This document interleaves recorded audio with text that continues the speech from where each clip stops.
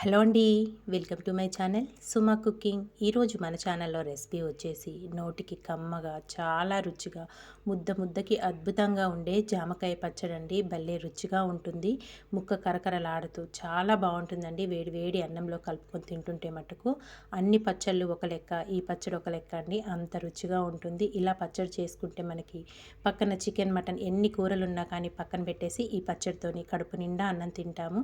అంత కమ్మగా ఉంటుంది. మరి ఇప్పుడు అది ఎలా ప్రిపేర్ చేసుకోవాలో వీడియోలోకి అయితే వెళ్ళిపోదామా. దానికోసం ఇక్కడ చిన్నవి ఒక 3 జామకాయలు అయితే తీసుకున్నానండి. మనం తీసుకున్న జామకాయలు అనేటివి పచ్చిగా ఉండాలి. ఇలా తీసుకున్న జామకాయలని శుభ్రంగా కడిగేసుకొని తడంతా తుడిచేసుకొని పైన ఉన్న పొట్టు మొత్తం తీసేసుకోవాలి. నేను వీడియోలో చూపిస్తున్న విధంగా ఇలా మొత్తం పొట్టు అంతా తీసేసుకొని చిన్న చిన్న ముక్కలుగా కట్ చేసుకోవాలి.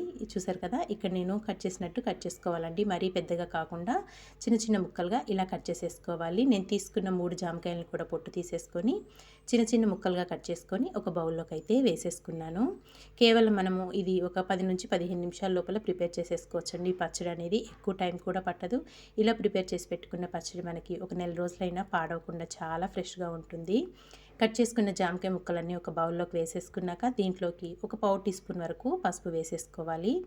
ఇందులోకి ఒక 2 టేబుల్ స్పూన్ల వరకు కారం వేసుకోండి. మీరు తినేదాన్ని బట్టి కారం అనేది వేసుకోవాలి. నేను ఇక్కడ ఒక 2 టేబుల్ స్పూన్ల వరకు కారం వేసేసుకొని దీంట్లోకి ఒక టేబుల్ స్పూన్నర వరకు ఉప్పు అనేది వేసేసుకుంటున్నాను.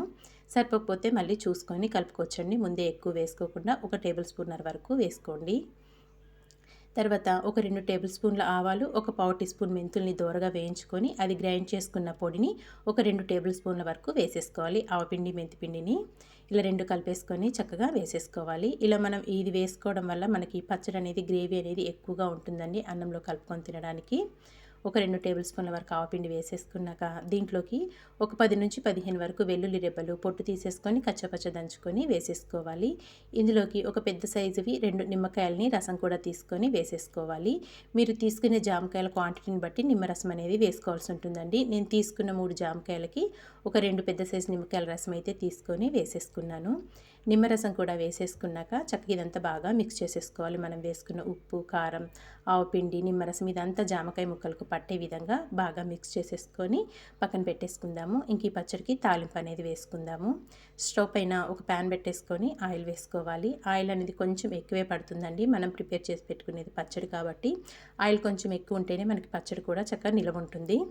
ఆయిల్ వేడయ్యాక దీంట్లోకి ఒక పావు టీ స్పూన్ శనగపప్పు, పావు టీ స్పూన్ ఆవాలు, పావు టీ స్పూన్ జీలకర్ర, కచ్చపచ్చ దంచుకున్న వెల్లుల్లి రెబ్బలు, కొద్దిగా కరివేపాకు వేసేసుకొని ఇదంతా బాగా ఫ్రై చేసుకోవాలి. దీంట్లోనే కొద్దిగా మెంతులు కూడా వేసేసుకోండి. ఫ్లేవర్ అనేది మనకు చాలా బాగుంటుంది మెంతులు వేసుకోవడం వల్ల. లైట్గా అలా మెంతులు వేసేసుకొని ఇంకా తాలింపు అంతా బాగా ఫ్రై చేసేసుకోవాలి. నిజంగా వేడి వేడి అన్నంలో కలుపుకొని తింటుంటే భలే రుచిగా ఉంటుందండి. జామకాయ ముక్కకు మనం నిమ్మరసం యాడ్ చేసాం కదా, తినేటప్పుడు పుల్ల పుల్లగా పచ్చి జామకాయ కదా కరకరలాడుతూ చాలా బాగుంటుంది పచ్చడి మట్టుకు. తాలింపు అంతా ఇలా బాగా ఫ్రై అయిపోయాక స్టవ్ ఆఫ్ చేసేసుకొని కొంచెం చల్లారాక గోరువెచ్చగా ఉన్నప్పుడు తాలింపులో మనం ప్రిపేర్ చేసి పెట్టుకున్న ఈ జామకాయ పచ్చడి అంతా తాలింపులో వేసేసుకోవాలి. ఇలా వేసేసుకొని ఇంక ఇదంతా బాగా మిక్స్ చేసేసుకోవాలండి. ఇదంతా బాగా మిక్స్ చేసేసుకొని చల్లారాక ఒక గాజు బాటిల్లో స్టోర్ చేసుకుంటే మనకు ఒక నెల రోజులైనా పాడవకుండా చాలా బాగుంటుంది. వెంటనే కాకుండా మనము ఒక రోజంతా ఊరాక నెక్స్ట్ డే అన్నంలో కలుపుకొని తింటే చాలా అంటే చాలా కమ్మగా ఉంటుంది. పట్టిన రోజు కంటే కూడా నెక్స్ట్ డే మార్నింగ్ మనకి పచ్చడి అనేది చక్కగా ఆయిల్ అనేది పైకి స్ప్రెడ్ అయ్యి తినేటప్పుడు మనకి చాలా బాగుంటుంది ముక్క మట్టుకు. ఇక్కడ నేనైతే ఒక గాజు బౌల్లోకి అయితే తీసేసుకుంటున్నాను. చూసారు కదా, ఇలా తీసేసుకున్న పచ్చడి ఒక రోజంతా అలా పక్కన పెట్టేసుకుంటే ఆయిల్ కూడా మనకి చక్కగా సపరేట్ అవుతుందండి. ఆయిల్ ఎక్కువే వేసుకున్నాం కదా. ఇదంతా ఇలా తీసేసుకున్నాక నెక్స్ట్ డే మార్నింగ్ అయితే మీకు చూపిస్తాను.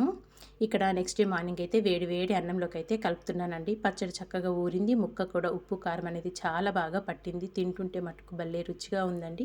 ఇప్పుడు చెప్తున్నా కానీ మళ్ళీ నోట్లోంచి నీళ్ళు ఊరిపోతున్నాయి, అంత కమ్మగా ఉంది జామకాయ పచ్చడి.